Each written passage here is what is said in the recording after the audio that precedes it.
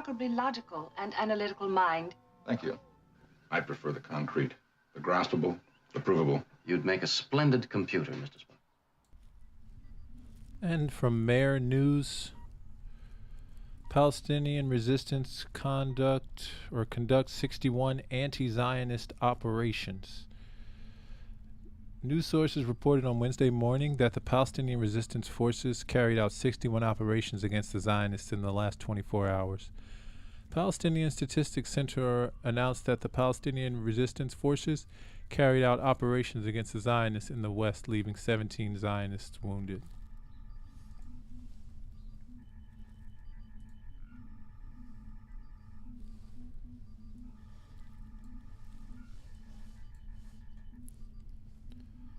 According to the report,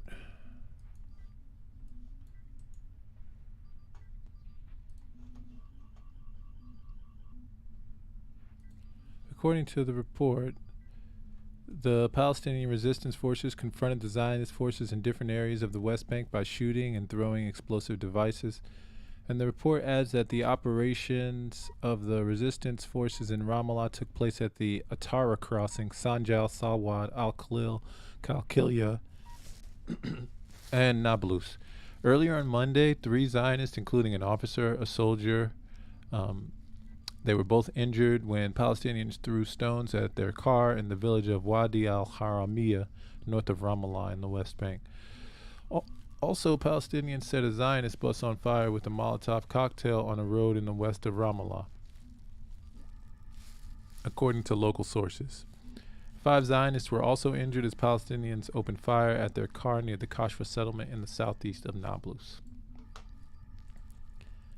And finally, from the cradle,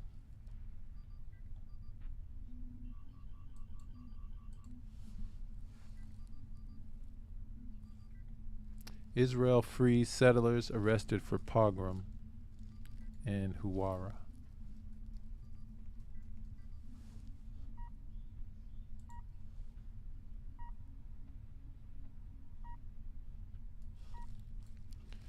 Despite growing international condemnation, officials in the far-right Israeli government have called on Palestinian villages to be burned and erased.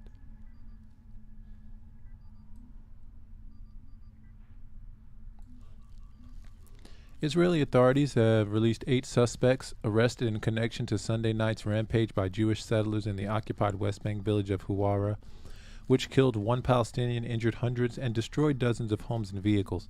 According to Israeli media, 6 settlers were freed and 2 others were placed on house arrest.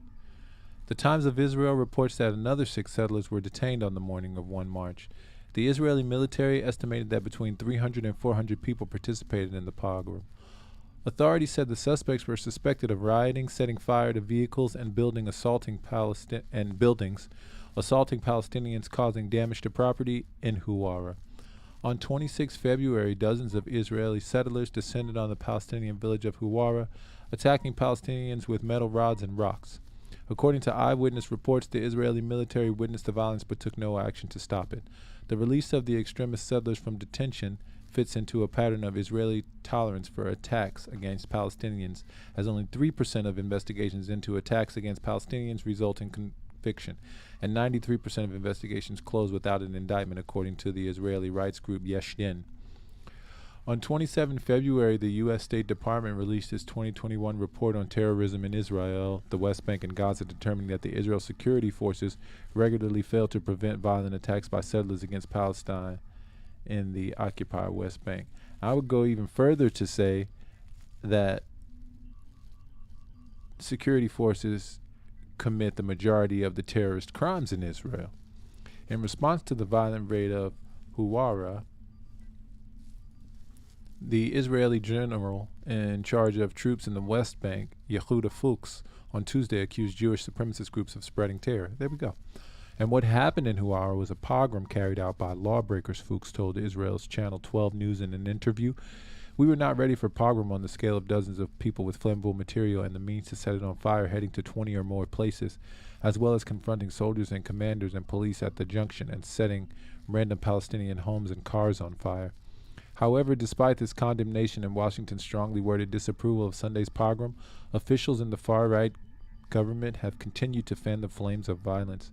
Zvika Fogel, a member of Netanyahu's government coalition and a member of the anti-Arab religious Zionism Purity, said, following the rampage, a terrorist came out of Huwara, and Huwara was closed and burned. This is what I want to see. That's the only way we'll achieve deterrence. Villages should burn when the army does not act, he added. Meanwhile, in a tweet that's since been deleted, Davidi Ben Zion, deputy head of the Samaria Regional Council that governs illegal settlements in the northern occupied West Bank, said, the village of Huwara should be erased. This tweet was liked by Finance Minister Bezalel Smotrich, who leads the religious Zionism Party alongside National Security Minister Itamar Ben-Gvir. How ironic is it here that he's the head of a council that governs illegal settlements. So they're recognizing an authority figure of an illegal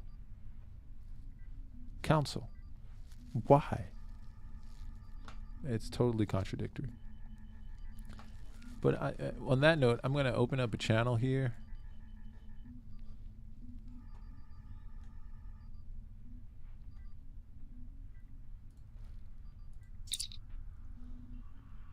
And remember, your engagement through a like, a share, a subscribe will propel us at warp speed towards the continuation of our mission to truth